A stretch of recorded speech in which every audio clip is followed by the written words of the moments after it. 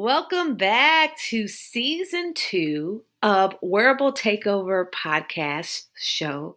I am your host, Lakeisha Greenwade, also known as Coach L, and I'm super excited to bring to you one of the most fascinating wearable innovators, researchers that is going to change how we detect disease, that's going to change how we care for our loved ones, and it's going to change how we are seen in the world. Do you want to know who that is? Hold on, let me tell you all about her first. I have the soon to be Dr.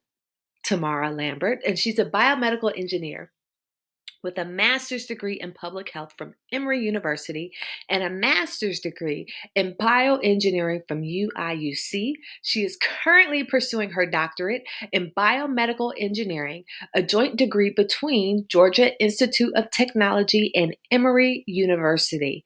As a teenager, Tamara was inspired to pursue a bioengineering degree after witnessing several of her family members suffer from chronic health conditions. A series of events strengthened Tamara's resolve to develop technology for limited resource communities, including witnessing the healthcare challenges faced by low-income individuals while on mission trips to Nicaragua and India, as well as having both of her parents pass away due to preventable and treatable illnesses. Tamara is passionate about expanding access to quality healthcare technology and supporting minority and female founders in the STEM fields. Coming to you all the way from Atlanta, Georgia. Come on, folks, help me in virtually welcoming the soon to be Dr. Tamara Lambert. Tamara, how are you doing? Doing great. Thank you so much, Lakeisha, for inviting me. I'm so excited to have you here. And folks, I have to tell you, if you found this podcast or if you came to know Wearable Tech Ventures as a result of hearing Tamara on her podcast, I want to make sure that you show her some love. Make sure that you're sharing this episode as well as sharing her profile and helping her because she is doing the work of uplifting women, uplifting STEM, uplifting our communities. And so, Tamara, I gotta ask you here. In your bio, we learned about some of the personal challenges that you faced, and even heartbreak, right, related to your parents passing away, and as well as seeing other communities that are suffering from disparities. But I gotta ask, what brings you joy? The thing that brings me the most joy is knowing that my life is having an impact. Because everything that I do, I want to center it around being the best person that I can, helping to uplift people. Because, as you mentioned, I face personal challenges. And if I could make someone's life just a little bit better by the things that I face, then I think that, that means the world to me. I love it. So we have our own version of Princess Shuri right here, guys. Okay, so if you're familiar with the Black Panther and how Princess Shuri is doing her stuff, okay, so I'm saying that because I don't know the percentages. Maybe you could help us out with that tomorrow. And I probably should have did a little bit more research on the percentages of women overall that graduate from biomedical engineering or they have that biomedical engineering background, and then even how the percentages change to those that actually pursue a PhD. And so, okay, folks, let's just look at this from a bigger picture. When we look at this on a global scale, we know that the United States needs some work in the STEM fields. But when you even break it down and go into biomedical engineering, I know the numbers and the representation has to be dismal. So, Tamara, why don't you give us an idea of number one, what is a biomedical engineer? Break it down for our people. What do they do? And then is it absolutely necessary to go for a PhD or to go for a master's? And help enlighten our community so that we have that baseline understanding. Medical engineering is a pretty broad field. There are many things that you can do in it. For example, you could do machine learning, you can do AI, which is what I'm currently involved in. You can do maybe microfluidics, you can do diagnostics, you can do gene editing. So there are a broad array of things that you can do. If you're interested in therapeutics, that's another avenue that you can go down. Even developing organs, that's what some people are doing. So you can do almost anything that you want to do in biomedical engineering. So definitely, if you're interested in health and developing technology for healthcare, that is something that I definitely recommend that you consider. Do you need a PhD? Well, it depends on what you'd like to do. So if you'd like to go into academia, well, yes, you need a PhD. I've seen a few professors, very few professors with just masters, but you would probably want to get a PhD. But in terms of like, if you want to develop your own company, I've seen people with bachelors do that. So you don't necessarily need to have your own company, like your PhD to develop your own company, but you definitely want to have the passion there. And so I'd say that regardless of what you choose or what path you choose to go down, I would say the most important thing that you have to have is passion and drive. That will keep you in. I love it. And thank you for breaking that down for our listeners and also for those that may be viewing this on our YouTube channel at a later date. And so I think that's so important. And you said two key words at the very beginning. You said machine learning and you said AI. And I know just from conversations, especially over the holidays tomorrow, people in our community were saying, "Oh my, I'm scared of AI. I don't know what to do with that." And I was like, listen, do not be afraid. You better learn this now. Learn this now. So, what advice? One, can you break down what is machine learning and what is AI for our folks that are listening, if you can, like in a general context, and also explain why it is important from what you know. Why is it important that they have some sort of understanding of those particular concepts? Machine learning, basically, I guess a more simple definition is to essentially teach the machine to learn. So you can use certain types of techniques to basically train the machine how to, for example, classify certain things. If you look at Facebook, Facebook uses AI. A lot of the things we use a lot of things we use today use AI. Smartphones, our computers, so many things that we are using today use AI, but we don't necessarily think about it or know, that we're using it. And so it's not necessarily something that we need to be afraid of, but I definitely say that it is something that we should learn about, especially in the Black community, because you probably heard of, the fourth industrial revolution and basically how this basically AI is going to become more and more prominent in our society. And I think this is a way that African Americans and people of color can actually build wealth. So if you learn more about AI, you learn more about how it works. There's free resources online. You can go to YouTube. You can go to Google, of course.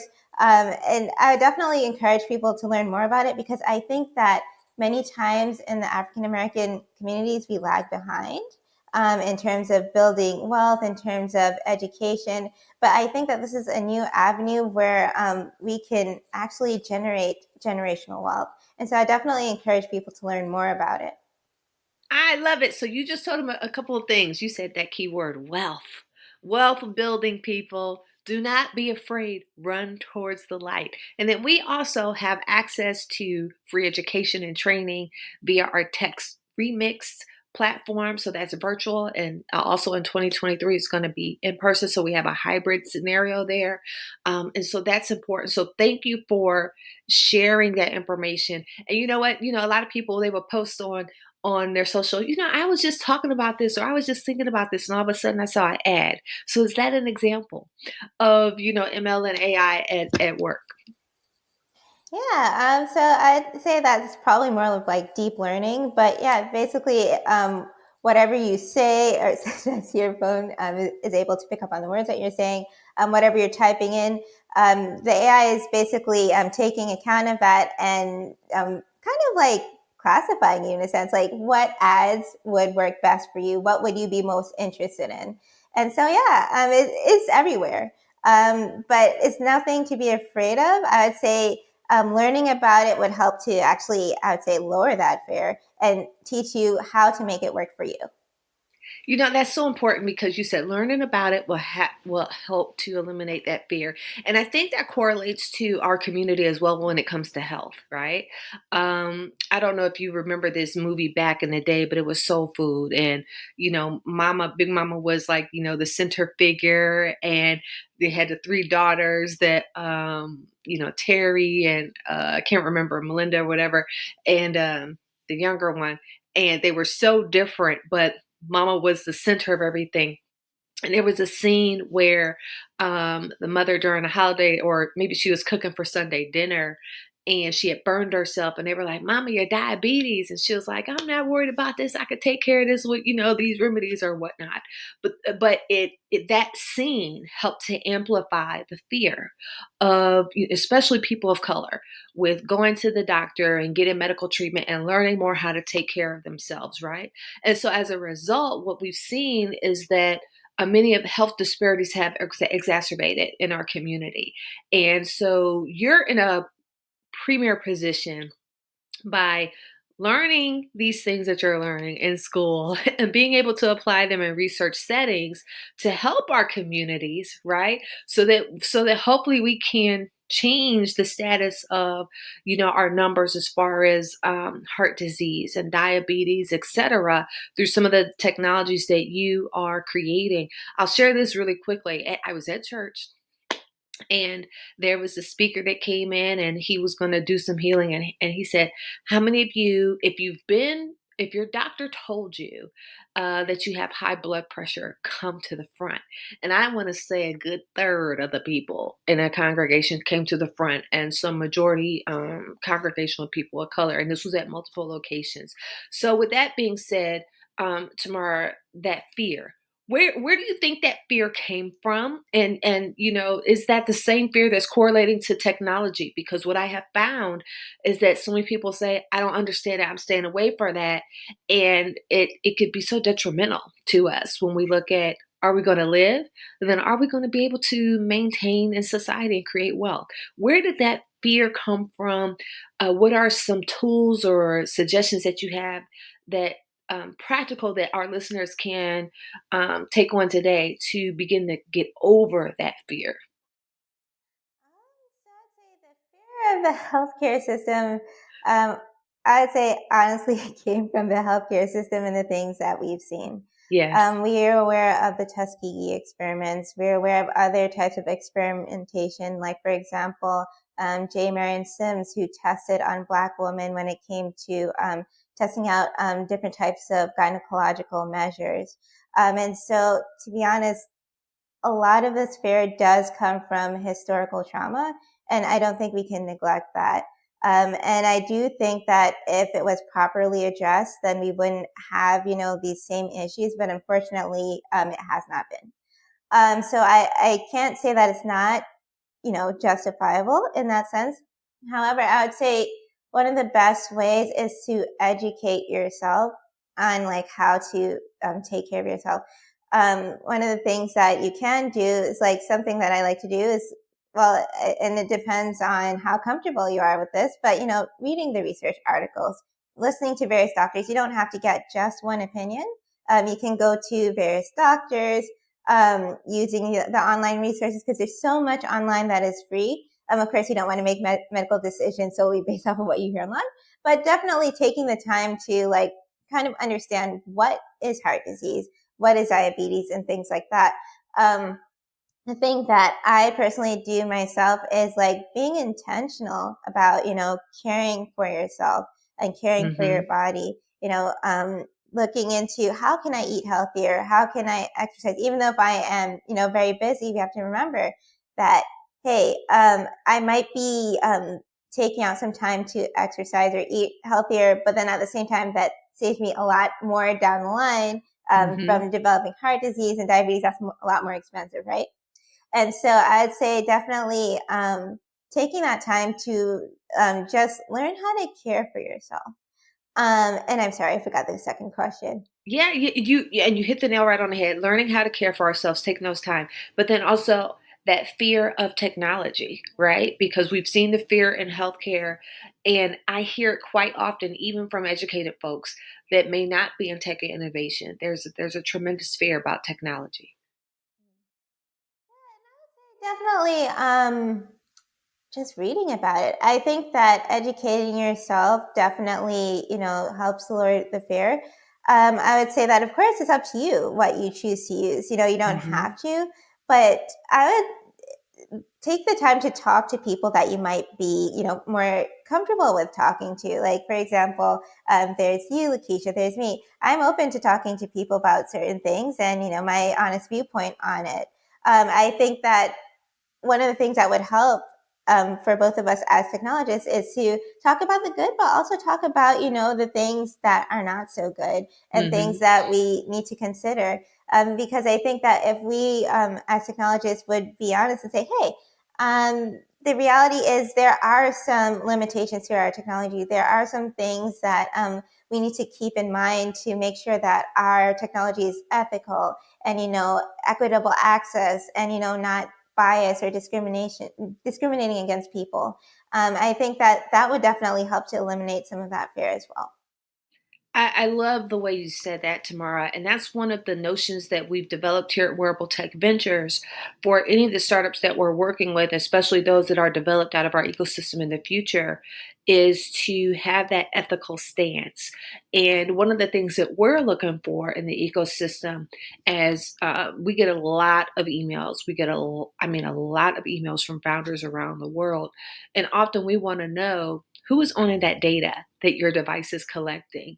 How is that impacting the user? And for those of you that are listening, first of all, let me give you kudos for tuning into this episode, maybe even re listening to it and sharing it, because it's so important that we have proper representation in healthcare and technology, especially that's why tomorrow is so important, right? Developing these products that are going to help you live and thrive. Because when there's a different mindset, when you have someone at the table that understands the historical context, when you have someone at the table that can hold other developers accountable as it relates to ethics, this is why you need to support the work that we're doing, because we're making sure we are at the table where historically we were never at the table. And this really impacts you, especially because as there are more devices being developed coming onto the market, impacting those with heart disease. My dad has a pacemaker, right? All of that is data. These things are changing on a daily basis. Anyone with diabetes, you're going to see the wearable patches on their arms. We think about the NFL, devices that are being developed, for the players. And those are just, some other examples, but I mean, it's even impacting the way that you engage with watching streaming or engaging in gaming. This is why our ecosystem, Wearable Tech Ventures, is incredibly important, because we're making sure we're at the table innovating responsibly, right? But making sure we're keeping in context, why we're doing it, what is important, but then also developing that generational wealth. This is why we are here. This is it. So, Tamara, what is your hope for the future as it relates to the adoption and the development of technology? And I know that that's a really broad question, right? Laying that on you and coming from your particular vein, but you see your world is different on a day-to-day basis, than most of our viewers and our listeners. And so knowing what you know, knowing what you see, what is your hope for the future as it relates to that adoption of technology?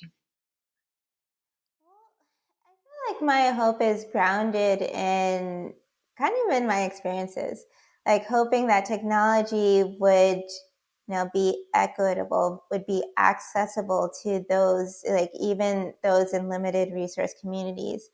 My hope is that when we develop these technologies, it's not that people outside of the development are on the outside, but we're working with them and Hmm. they're at like every step of the process. My hope is that it's not another form of colonialization, because Hmm. we've had those issues when it comes to technology, when it comes to just developing medicine in general has had Hmm. those issues. And my hope is that when we have, more people who are, Black and Hispanic and of all different types of backgrounds, we can come from it, like we can come at it with that cultural perspective and that sensitivity that honestly has been lacking.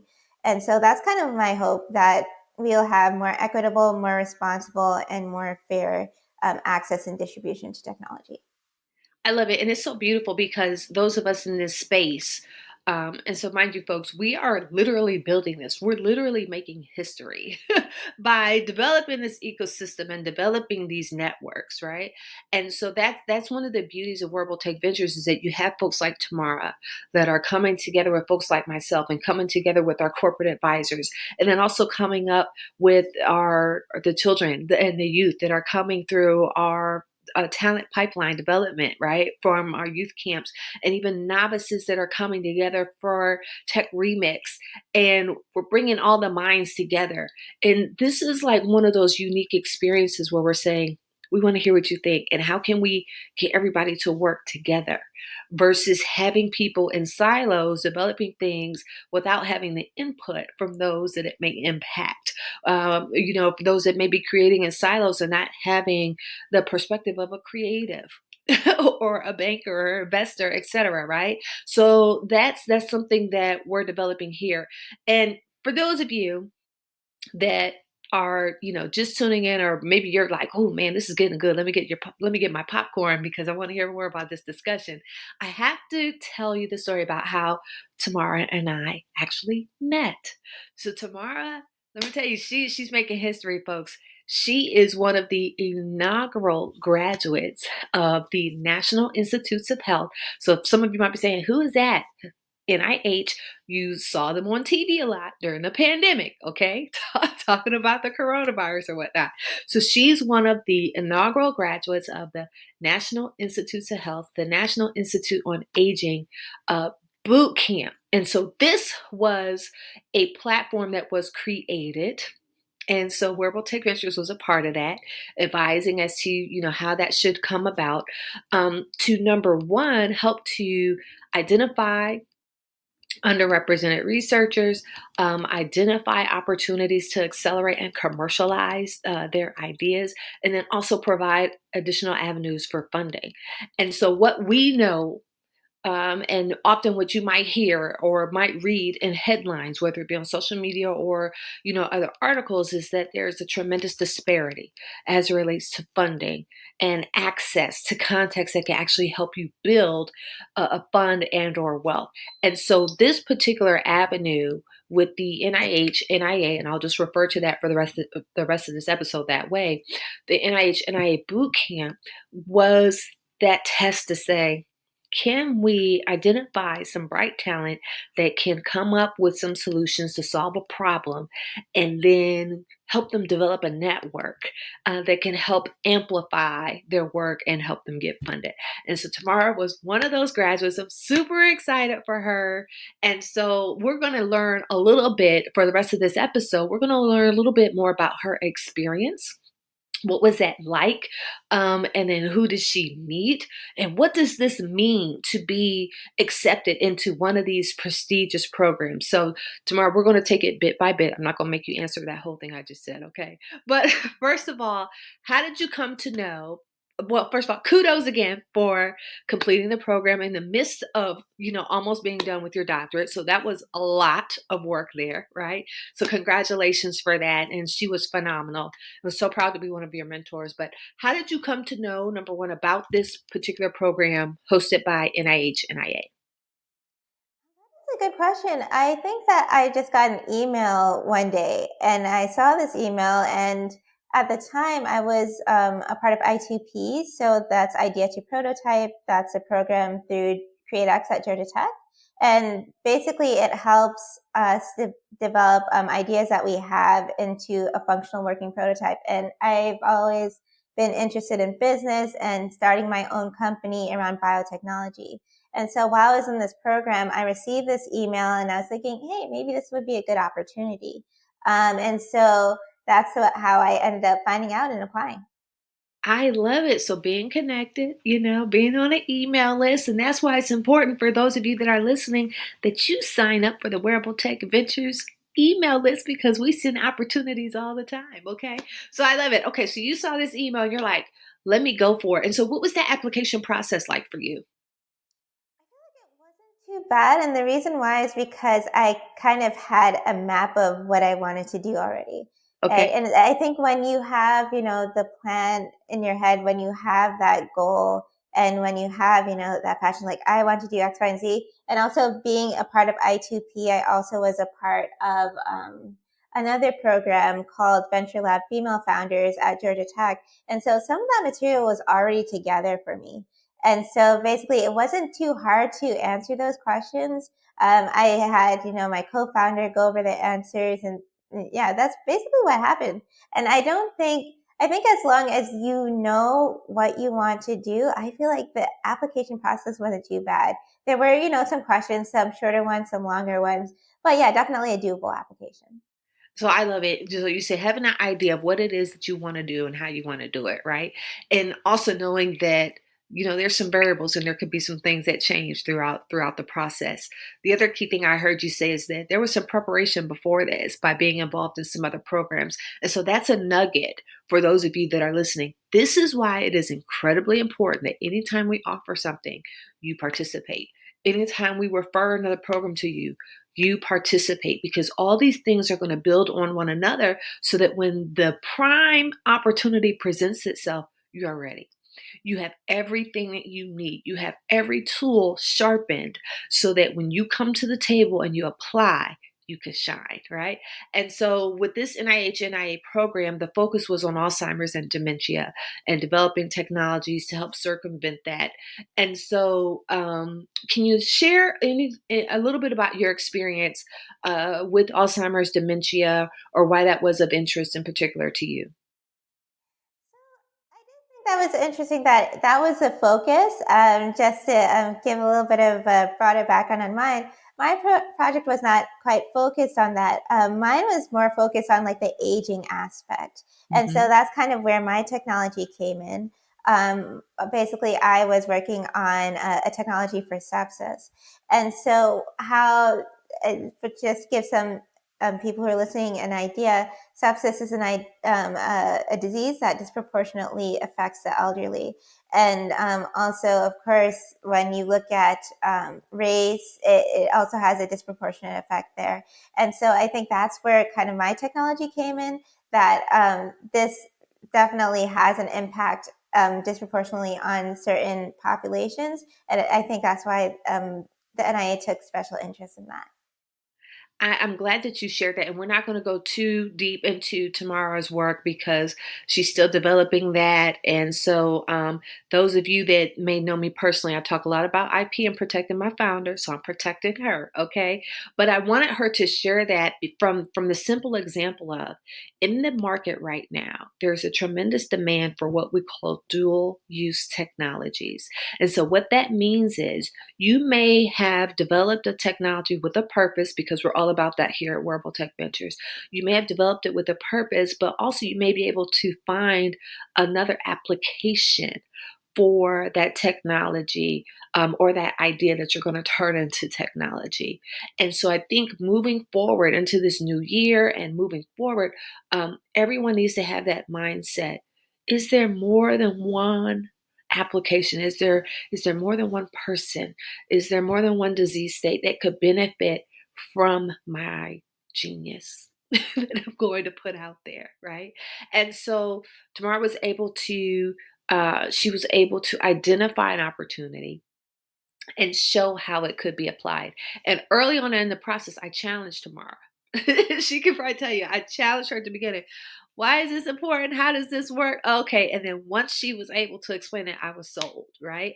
And so I think that's important for everyone as well that's listening. It doesn't matter how much you know, you have to be able to communicate why something is important and how it can apply to something else. So, Tamara, based off of your experience, what can you share as far as what you learned from your cohort mates and their ability to communicate, or even if you want to take it to another road, you just tell me, how did you grow in your communication by being a part of the program? The most One of the most important lessons that I learned is how you craft your story, and really having those customer interviews. And so, for those who are interested in developing, your own business, one of the most important things that you can do is interview a lot of people. Yes. So, to this date, I would say I've probably interviewed at least over 50 people at this point, and I'm still working on that story, right? And as you develop your product, as it changes, you'll find that you need to find more stakeholders. And so that's what I noticed about my cohort is that, a lot of my cohort had, very good stories, but it doesn't come out of nowhere. It comes out of really learning the customer, really learning the market. And so that's what my encouragement would be to anyone who's interested in going down this route. Really take the time to dig into what you want to do, find out, is the problem that you're trying to solve something that actually needs to be solved. Because Yes. interestingly enough, I actually started out with long COVID, but it morphed into sepsis. But this was due to my customer discovery interviews with a lot of physicians.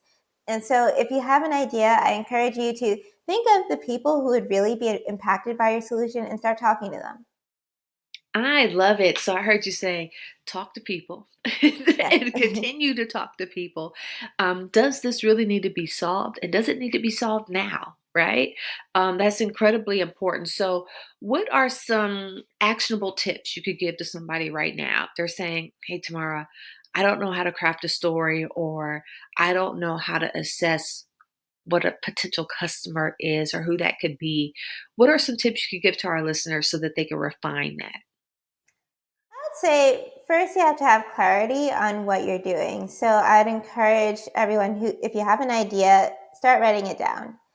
After you write it down, I definitely encourage you to list out people who you think would be affected by this solution. So maybe you can think of, potential stakeholders. I'll give you an idea for mine.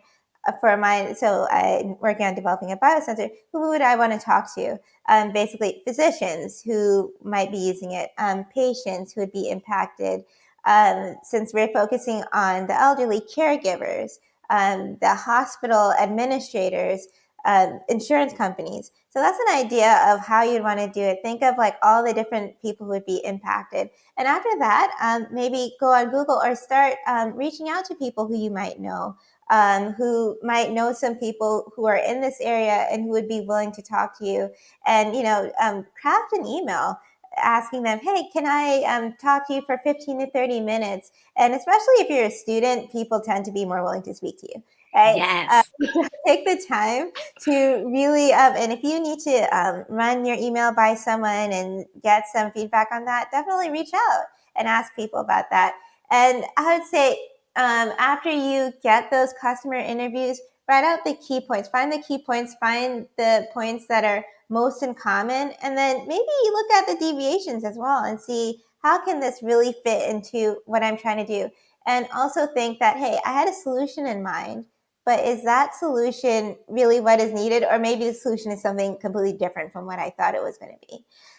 So yeah, those are, a couple of tips that I can think of off the top of my head.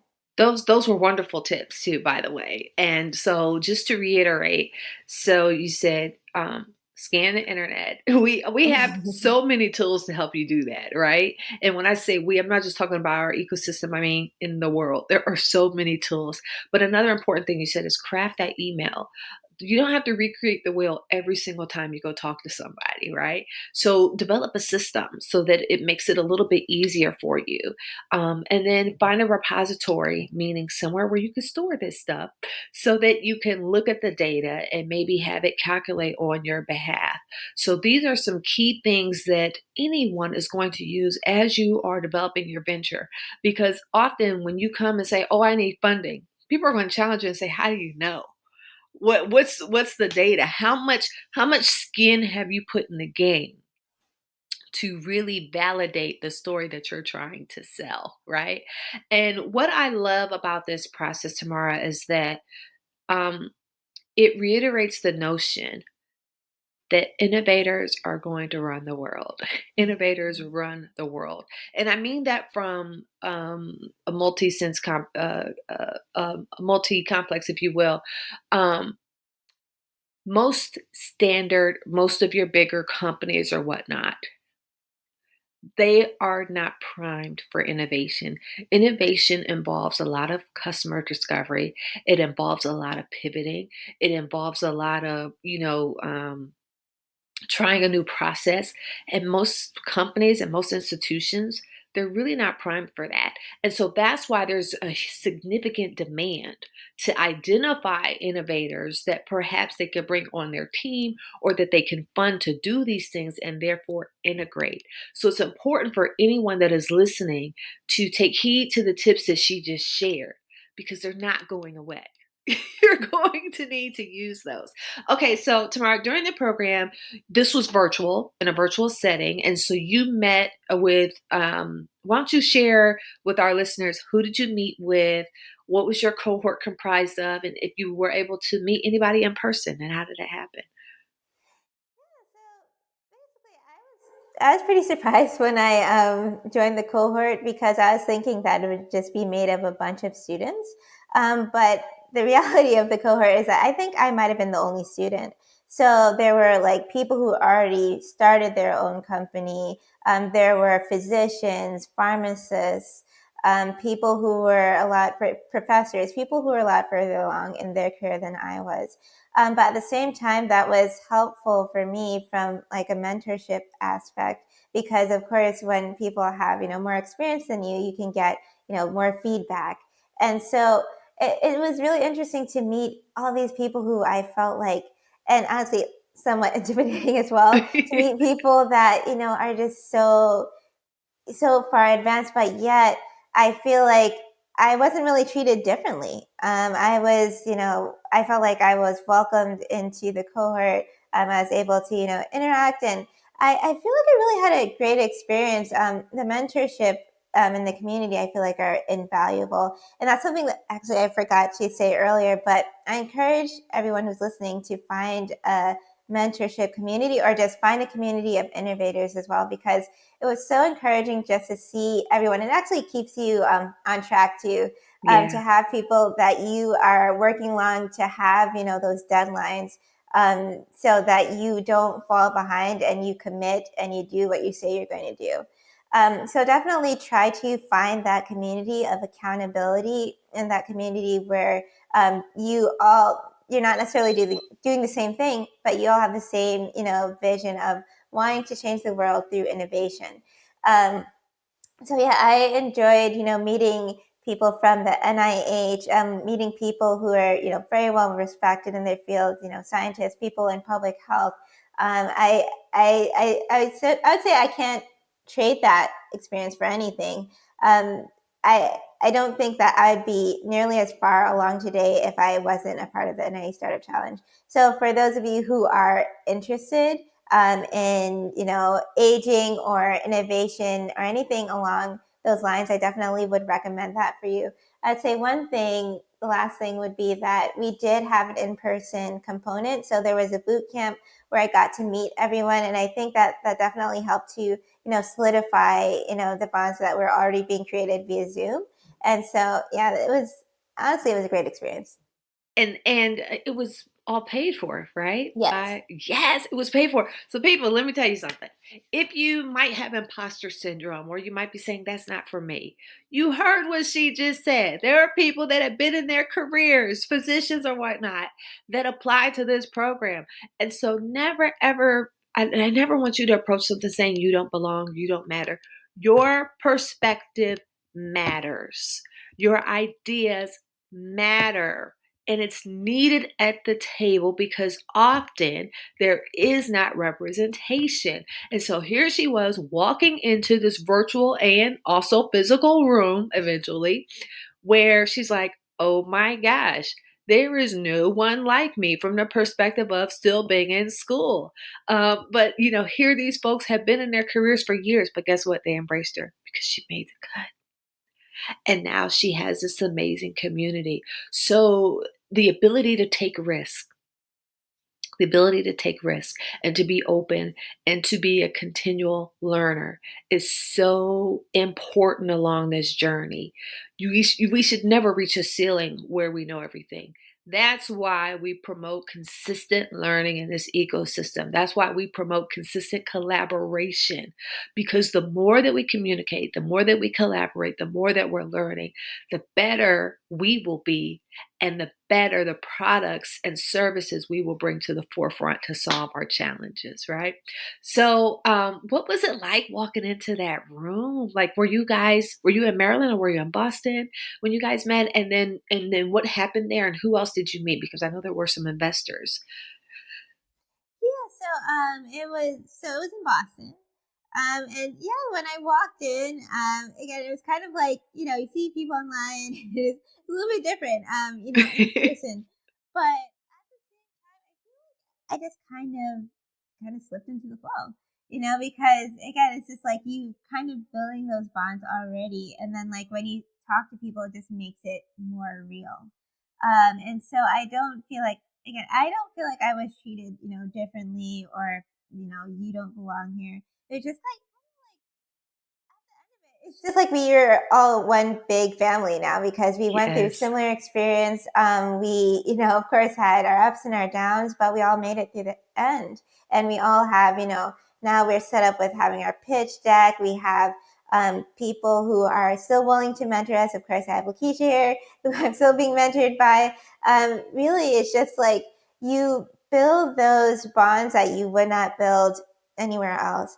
And so, yeah, even though it might have felt a little bit weird at first, honestly, it was fine after, maybe a couple of minutes. So it definitely wasn't too bad. I love Um, it. I love it. I'm so excited about your future. I'm going to get you back to that the point there, yeah. because there are so many opportunities and doors that open as it relates to being in those settings where you're building relationships, and we're opening some new doors and some relationships for Tamara as well. And I consider her one of our resident experts.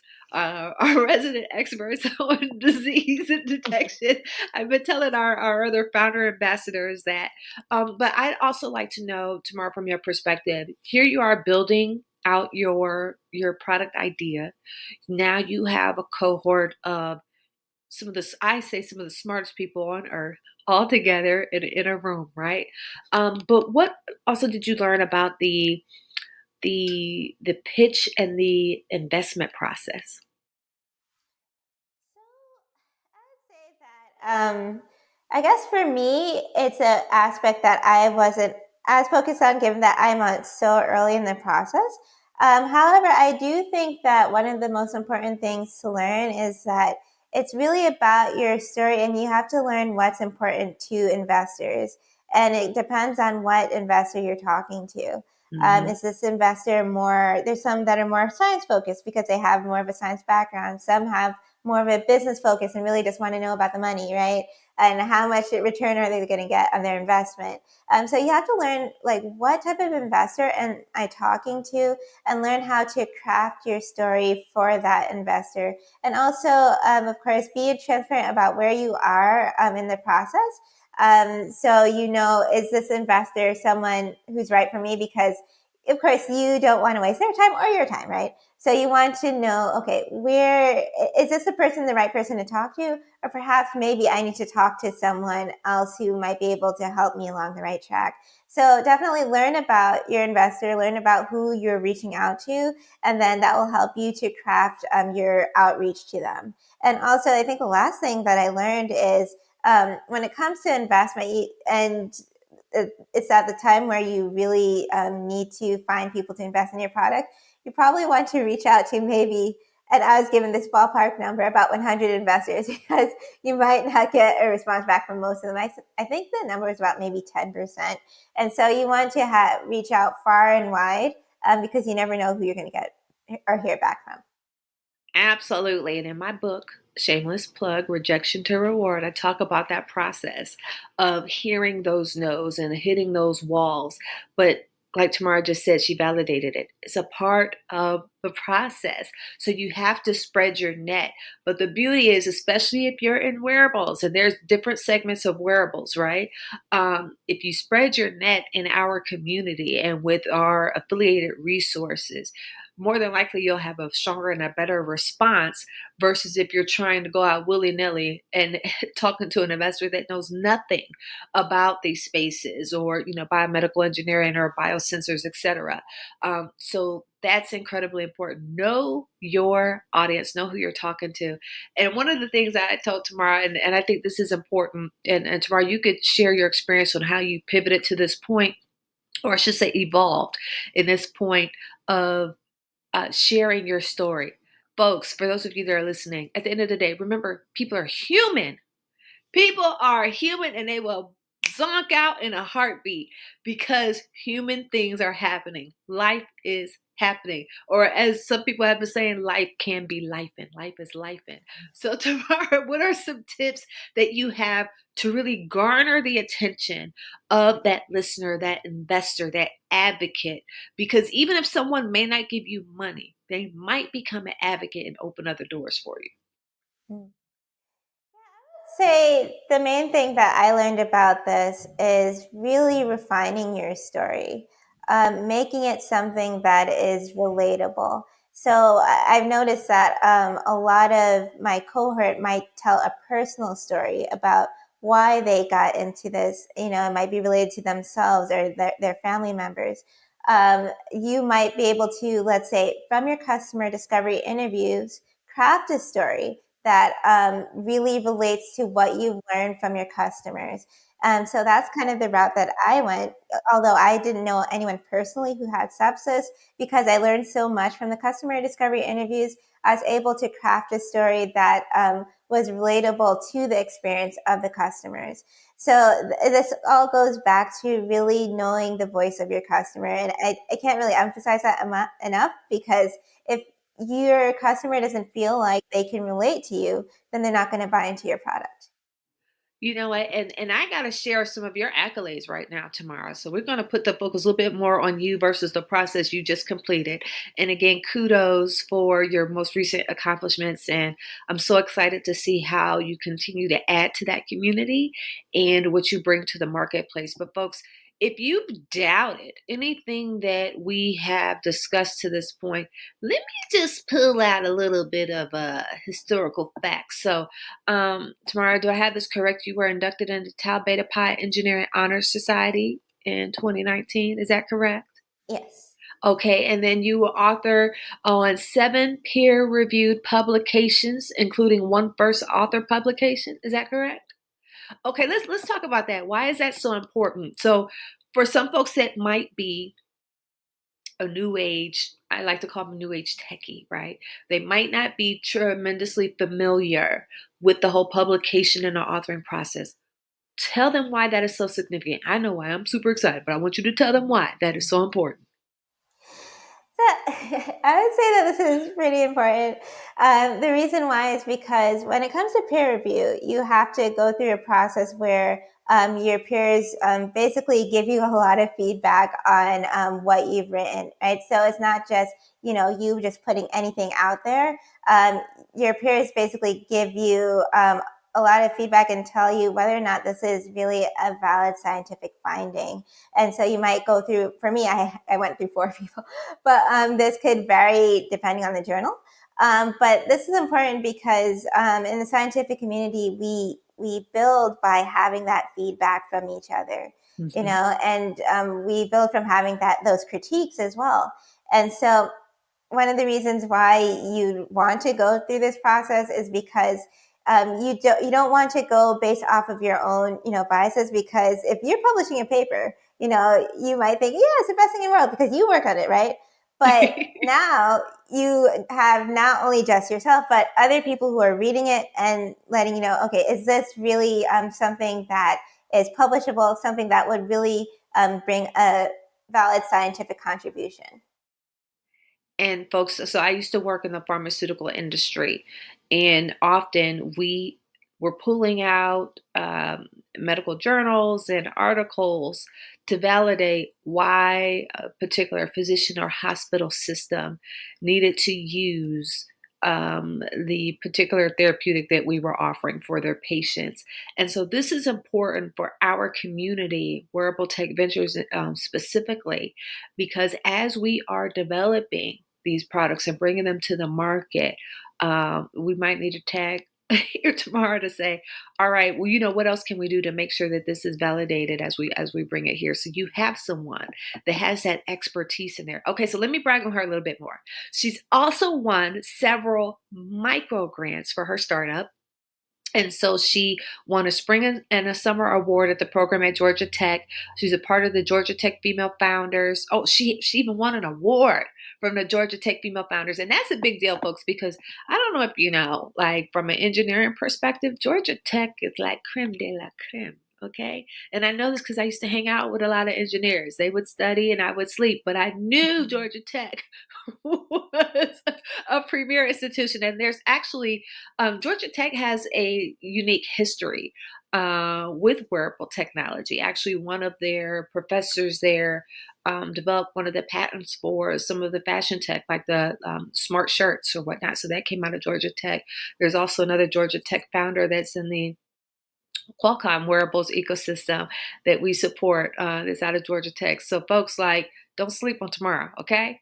We got the real deal right here. So in addition, she just completed the NIA Startup Challenge. She was a finalist, a Nucleate semifinalist, accepted into All Raise, Georgia Tech Startup Launch, and she is the host and founder of a podcast focusing on women in STEM and also those that women that are creating startups, and it's called Uplift Her Story. Okay, so let's talk a little bit about your podcast because I want to make sure that our listeners understand they need to go here to that platform, Uplift Her Story or Her Story, right? We want them to go there and listen to all of the amazing people that you bring to the forefront. So I know that this brings you joy. So tell them a little bit more about that platform. This platform kind of off of my own experiences in STEM. And for those of us who are, minority women in STEM, we know that we face unique challenges, and it can be difficult, to be honest. And so I know that many times minority women are marginalized and undervalued in STEM, and I've had many of those experiences myself. And so the idea for me is to really bring women, especially minority women, to the forefront so people can know about all the awesome work that we do. And also really to encourage younger women who are coming up that, you can do this too. Yes. You might face certain challenges, but there are other women who have come before you, who have faced them, who have successfully overcome them.